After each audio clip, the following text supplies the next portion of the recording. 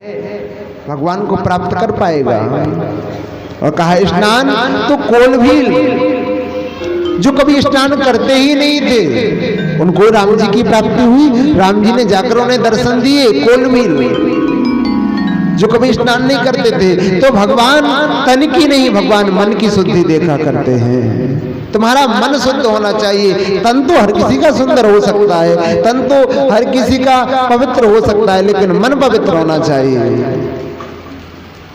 चित्र नहीं, भगवान चरित्र देखा करते हैं। चरित्र तुम्हारा कैसा है, चरित्र को अच्छा बनाइए। चित्र तो हर कोई सुंदर बना सकता है, लेकिन चरित्र हर कोई सुंदर नहीं बना सकता। नाम कमाने में जिंदगी गुजर जाती है, लेकिन बदनाम होने में एक मिनट ही काफी है। एक मिनट में दाग लग जाता है। तो कहा ऐसा नहीं है कि भगवान उच्च जाति वाले को दिन में 10 बार स्नान वाले को प्राप्त हो। तो कहा कैसे मिले भगवान?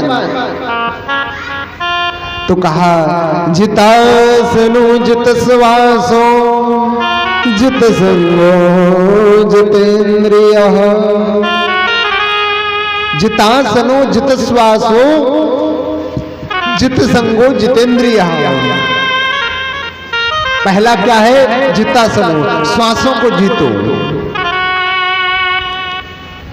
फिर आसन, एक आसन पर आप कितनी देर बैठ सकते हो? भगवान का प्राप्त करने का साधन है। एक आसन पर कितनी देर हम 2 घंटे 3 घंटे 5 घंटे कितनी देर बैठ सकते हैं? फिर जित संगो जितेंद्रिय, अपनी इंद्रियों को काबू में रखो। ये इंद्रियां हमारी संसार में न लगकर भगवान के प्रति लगे, भगवान के भजन में लगे। आंखें सुंदर दर्शन करना चाहती हैं, तो संसार के दर्शन ना करके ये आंखें भगवान का दीदार करें, भगवान के दर्शन करें। कर्ण संसार की व्यथा ना सुनकर ठाकुर जी की कथा सुने। पैर संसार के लिए ना चले, ठाकुर जी के लिए चले। तो कहने का तात्पर्य जो हमारी इंद्रियां हैं ए हमारे बस में हो, हम इसके बस में ना हो। क्या वास्तविक में इंद्रियां हमारे बस में है? नहीं है, हम इनके बस में हैं। मन ने कहा चलो घर चले जाएं, तो छोटे से मन के कहने पर हम घर चले गए। मन ने कहा चलो कथा हो रही है, कथा सुनाए, तो कथा सुनने आ गए। भजन हो रहा है, तो मन ने कहा, बुद्धि ने कहा भैया भजन हो रहा है, नृत्य कर रहा हूं, तो नृत्य करने लग गए, डांस करने लग गए। मन ने कहा, बुद्धि ने कहा अरे कोई नहीं नाच रहा है तो हम काहे को नाचे, तो आराम से बैठे रहे। तो बुद्धि के इशारे पर हम काम करते हैं। जैसे जैसे ये बुद्धि हमारी कहती है वैसे वैसे हम करते हैं। इसके इशारे पर हम नाच रहे हैं। तो ये इंद्रियां हमारे बस में नहीं है, हम इनके बस में है। रसना सुंदर स्वाद लेना चाहती है, चाहे वो कैसा भी हो। इसलिए इंद्रियों को अपने बस में करो। और श्री सुखदेव राजा परीक्षित से कहते हैं, परीक्षित आप कह रहे हो उच्च जाति को, तो विदुर जी वो यादव थे, उनको भगवान की प्राप्ति में हुई। राजर्षि परीक्षित ने कहा कैसे हुई, कृपा करके वह कथा हमें सुनाइए। तो कहा एक बार की बात, दुर्योधन ने भगवान का निमंत्रण किया। किसने? दुर्योधन ने। 56 प्रकार के व्यंजन बनाए, प्रसाद बनवाए, पकवान बनवाए। भगवान आए, भगवान आए तो दुर्योधन ने भगवान से कहा चलो प्रभु, आज मेरी माँ ने आपके लिए 56 प्रकार के भोजन तैयार किए हैं, चलो। भगवान मुस्कुराए और भगवान ने कहा भोजन 2 परिस्थितियों में पाया जाता है। एक, जो भोजन खिला रहा है उसके मन में श्रद्धा होना चाहिए। जो भोजन खिला रहा है उसके मन में श्रद्धा होना चाहिए। और दूसरा, जो भोजन पा रहा है उसको भूख होना चाहिए। जबरदस्ती का भोजन नहीं खिलाना चाहिए किसी को, श्रद्धा। श्रद्धा हो।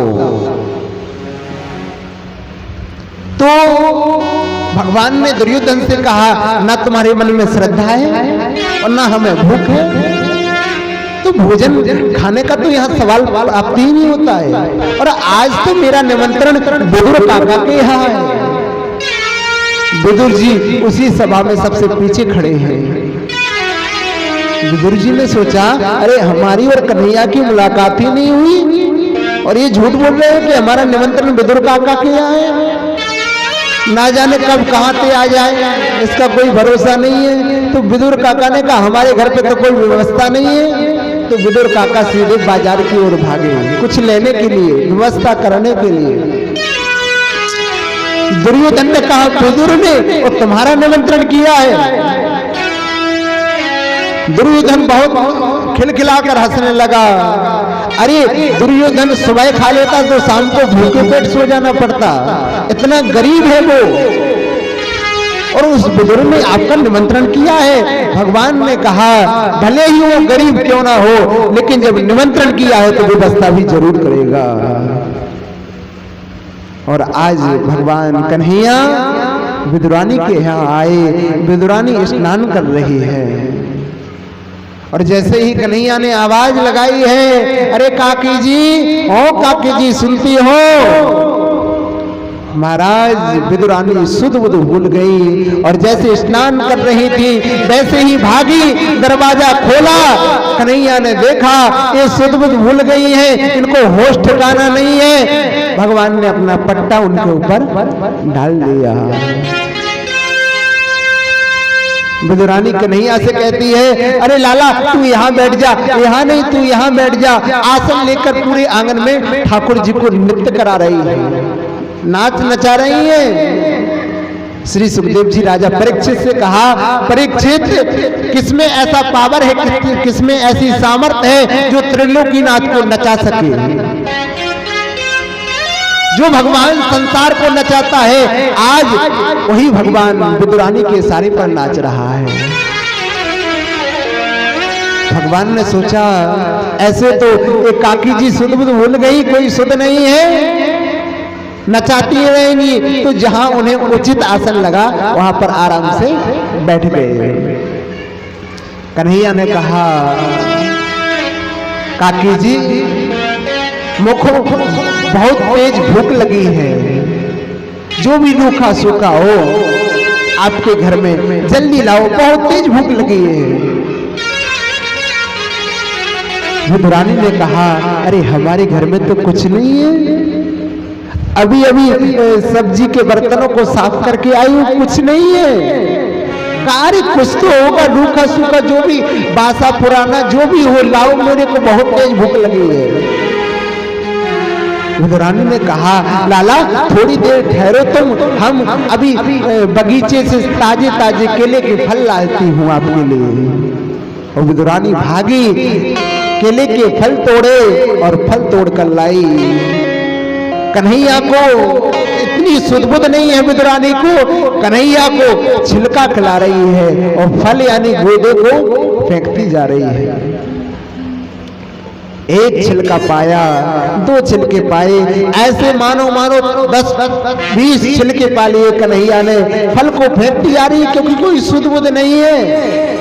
इतने में विदुर काका आए और विदुर काका ने जब इस दृश्य को देखा कि भगवान छिलका पा रहे हैं और विदुरानी छिलका पवा रही है, तब विदुर काका के नेत्रों में आंसू आ गए। अरे अभागन, तू ये क्या कर रही है? आज इस गरीब की कुटिया पर पहली बार ठाकुर जी का आगमन हुआ और तू इनको छिलका पवा रही है, छिलका खिला रही है।